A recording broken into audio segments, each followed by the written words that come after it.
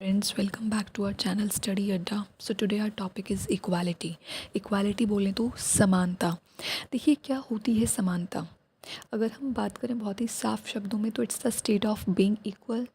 जब हम सबको समान मान के चल रहे हैं, है ना, हर व्यक्ति को समान अधिकार मिल रहे हैं दूसरों के कंपैरिजन में, है ना, समान अवसर मिल रहे हैं, किसी प्रकार का कोई भेदभाव नहीं किया जा रहा है कलर के बेसिस पे, जेंडर के बेसिस पे, है ना, धर्म के बेसिस पे, तो हम ये कह सकते हैं कि वहाँ समानता है, वहाँ पर खुशहाली है.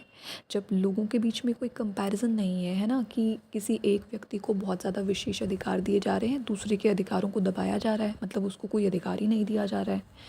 या फिर अगर अवसर की बात करें, अब जैसे हम एग्ज़ाम्पल लेके चलते हैं गवर्नमेंट जॉब्स का. जब कोई भी भर्ती निकलती है देश के अंदर, तो ऐसा नहीं है ना कि किसी एक जाति के लिए निकल रही है, किसी एक धर्म के लोगों के लिए निकल रही है. वो भर्ती निकल रही है तो वो सबके लिए निकल रही है ना. यूपीएससी का रिज़ल्ट आया अभी थोड़े दिन पहले, तो सब, चाहे वो कोई हिंदू है, मुस्लिम है, सिख है, कोई भी व्यक्ति है, सभी लोग जो हैं वो सिलेक्टेड रहे हैं यूपीएससी के अंदर. मतलब किसी प्रकार का कोई भेदभाव आपको नहीं देखने को मिला होगा. तो इक्वालिटी क्या है, समानता क्या है? जब सबको समान अवसर मिल रहे हैं, सबको समान तरीके से ट्रीट किया जा रहा है, कोई दुर्व्यवहार या कोई मिसबिहेवियर नहीं किया जा रहा है किसी के कलर को लेके, किसी के जेंडर को लेके, किसी के धर्म को लेके, तो हम मान सकते हैं कि हमारा समाज जो है उसमें खुशहाली है, वहाँ पर समानता है.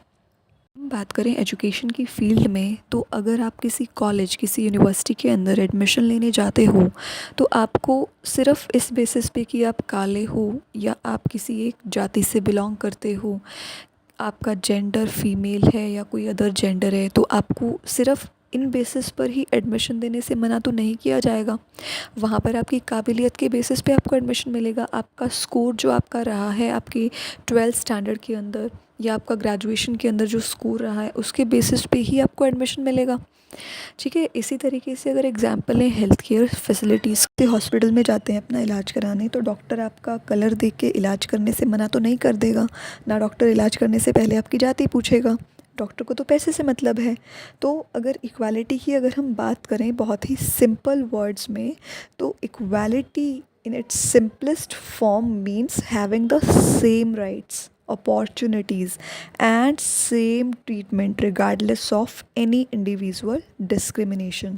बिना किसी प्रकार के भेदभाव के सबको समान अवसर प्रदान किए जा रहे हों, सबको समान अधिकार अगर मिल रहे हों, तो हम कह सकते हैं कि वहाँ इक्वालिटी एग्जिस्ट कर रही है और उस सोसाइटी के अंदर खुशहाली है. वहाँ पर लोग एक दूसरे का गला काटने को उतारू नहीं है, या लोग एक दूसरे से चिढ़ते नहीं हैं, क्योंकि सबको समान अवसर दिए जा रहे हैं. और देखिए जहाँ पर ये आ जाता है ना कि एक व्यक्ति को दूसरे व्यक्ति से ज़्यादा फैसिलिटीज़ मिल रही हैं, बहुत अच्छा व्यवहार किया जा रहा है, तो वहाँ पर ना दंगे फसाद होने के चांसेस हमेशा ज़्यादा रहते हैं कि भाई वो ज़्यादा स्पेशल है जो उनको इतने स्पेशल राइट्स मिल रहे हैं या अपॉर्चुनिटीज़ मिल रही हैं. तो अगर हम बात करें इंडिया के कंटेक्स्ट में, हमारे संविधान के अंदर भी बहुत से ऐसे प्रावधान हैं जो इक्वालिटी के बारे में बात करते हैं. हमारा कॉन्स्टिट्यूशन ये बात क्लियर करता है कि हर व्यक्ति कानून की नज़रों में समान है. Every person is equal in the eyes of law. किसी प्रकार का कोई भेदभाव नहीं किया जा सकता कलर के बेस पे, कास्ट के बेस पे या जेंडर के बेस पे. हर व्यक्ति को हर पब्लिक स्पेस में जाने का अधिकार है. ऐसा नहीं है कि किसी को होटल में जाने से रोका जा रहा है, किसी को सड़क से गुज़रने पे रोका जा रहा है कि भाई आप इस सड़क का इस्तेमाल नहीं करोगे, इस मार्केट में आप एंटर नहीं करोगे क्योंकि आपकी कास्ट डिफरेंट है. ऐसा नहीं होता है. छुआछूत का कॉन्सेप्ट था बहुत पहले, लेकिन अब उस अनटचेबिलिटी के कॉन्सेप्ट को भी क्या कर दिया है, ख़त्म कर दिया है. तो हमारे संविधान के अंदर भी बहुत से ऐसे प्रोविजंस हैं जो इनइक्वालिटीज़ का विरोध करते हैं. बात आती है कि समानता तो मिल गई भारत में, अब ये समानता दिलाने के लिए रिस्पॉन्सिबल कौन है? सवाल उठता है कि कौन जिम्मेदार है समानता को बढ़ावा देने के लिए भारत में. तो हमारे संविधान के अंदर देखो, गवर्नमेंट को जिम्मेदार ठहराया गया है कि वो लॉज बनाए और वो इक्वालिटी को इंश्योर करे, समानता को सुनिश्चित करे. और हमारी भारतीय सरकार क्या करती है, इक्वालिटी को इंश्योर करती है, सुनिश्चित करती है दो तरीके से। सबसे पहला लॉज बना के, बाय इनैक्टिंग लॉज। दूसरा बाय वेरियस सोशल स्कीम्स, बहुत सी योजनाएं लाके। अब बात करेंगे उन योजनाओं के बारे में। देखिए, सबसे पहले अगर हम बात करें बेटी बचाओ बेटी पढ़ाओ की, ये स्कीम क्यों आई, क्या मेन पर्पस था इसका। अब सबको पता है कि इवन आज के टाइम पे भी ना कुछ एरियाज़ में लड़कियों को लड़कों से कम समझा जाता है ना।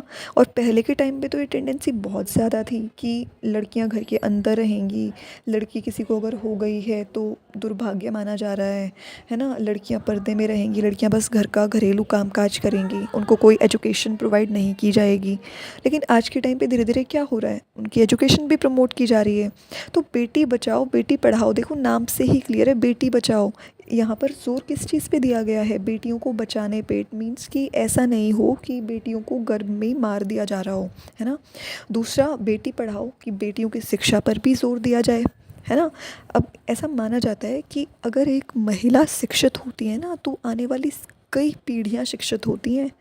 एग्जाम्पल ले लेते हैं प्रधानमंत्री जनधन योजना का, ये भी नाम से ही क्लियर है कि इसके अंदर बैंकिंग सर्विसेज का एक्सेस दिया जाता है लोगों को, बैंकिंग सर्विसेज का एक्सेस दिया जाता है महिलाओं को, मार्जिनलाइज्ड सेक्शंस को, दूर दराज एरियाज़ को बैंक से जोड़ा जाता है।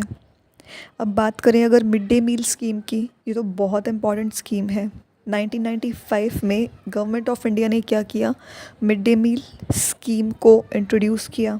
इस स्कीम का मेन पर्पस क्या था, मेन पर्पस था to provide free and nutritious meal to the school childrens. ऐसे बच्चे जो प्राइमरी या अपर प्राइमरी स्कूल्स में पढ़ रहे हैं, उनके न्यूट्रिशन लेवल को मेंटेन किया जा सके, इसलिए ये स्कीम लाई गई थी।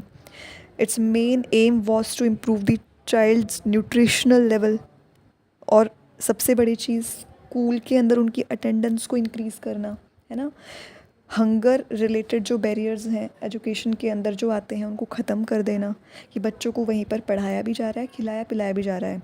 अब कोई व्यक्ति अगर फाइनेंशियली एबल नहीं है, फाइनेंशियली फ़िट नहीं है, गवर्नमेंट स्कूल्स के अंदर अपने बच्चों को करा सकता है, पढ़ा सकता है, साथ साथ उनको खाना भी मिलेगा। तो इससे देखो स्कूल अटेंडेंस भी बढ़ेगी। अब पेरेंट्स को लगेगा ना कि हाँ, एक टाइम का खाना तो बच्चे बाहर खा पा रहे हैं, कम से कम वो तो बच रहा है। तो इसी चक्कर में पेरेंट्स भेजेंगे बच्चों को गवर्नमेंट स्कूल्स में। इसके साथ साथ क्या होगा, बच्चों को फ़ायदा क्या होगा, उनका न्यूट्रिशन लेवल बढ़ेगा। इसके साथ साथ उनको बहुत ही हॉट कुक्ड मील मिलेगा, फ्रेश खाना मिल पाएगा, क्लियर। और जब उनका न्यूट्रिशन लेवल अच्छा होगा तो उसका इम्पैक्ट उनकी एजुकेशन पे भी पड़ेगा। अब सबसे पहली चीज़ तो यही हो गई कि खाने के चक्कर में पेरेंट्स ने बच्चों को स्कूल भेज दिया है। दूसरा मेन फ़ायदा क्या हुआ, उनको न्यूट्रिशियस फूड मिला, जिसके ज़रिए उनका जो सोचने समझने की उनकी जो शक्ति है वो और बढ़ी, वो तंदुरुस्त रहे, फ़िट रहे। अब पढ़ेंगे, पढ़ाई तभी तो होगी ना जब फिट होंगे। गवर्नमेंट ने भी इतने कदम उठाए हैं, हमारे कॉन्स्टिट्यूशन के अंदर भी इतने प्रोविज़न्स डाले गए हैं इक्वालिटी को लेके, क्योंकि हमारे संविधान निर्माता भी जानते थे कि आने वाले टाइम में ये भेदभाव जो है वो बहुत ज़्यादा बढ़ सकता है और इसको रोकना पड़ेगा, इसीलिए वो प्रोविज़न्स डाले गए संविधान में। अब इतना सब करने के बाद भी ना इनइक्वालिटी परसिस्ट करती है, मतलब असमानता अभी भी देखने को मिलती है हमारे समाज के अंदर। अगर बात करें इसका मेन रीज़न, तो सबसे बड़ा इसका जो कारण है ना वो है लोगों का एटीट्यूड। क्योंकि लोगों का जो नज़रिया होता है ना वो बहुत आराम आराम से बदलता है, समय के साथ बदलता है। अब आज के टाइम पे देखो, नो डाउट कि लोग अवेयर हैं लॉस के बारे में, उनको पता है कि अगर वो किसी को गलत तरीके से ट्रीट करेंगे तो उनको जेल हो सकती है ना, लीगल एक्शन उनके ख़िलाफ़ लिया जा सकता है। लेकिन फिर भी देखो क्या होता है कि मेंटालिटी चेंज होने में टाइम लगता है। अगर आज के टाइम पे देखें तो बहुत से ऐसे स्कूल हैं कंट्री में जहाँ पर लो कास्ट स्टूडेंट्स को डिस्क्रिमिनेट किया जाता है, गलत तरीके से ट्रीट किया जाता है। तो अब उस पर भी काम करना पड़ेगा। तो धीरे धीरे ग्रेजुअली क्या होगा, सब कुछ ठीक होगा, but it will take some time. क्योंकि एकदम से कुछ भी हम एक्सपेक्ट करें ये ठीक नहीं है, और एकदम से कुछ भी नहीं हो सकता है।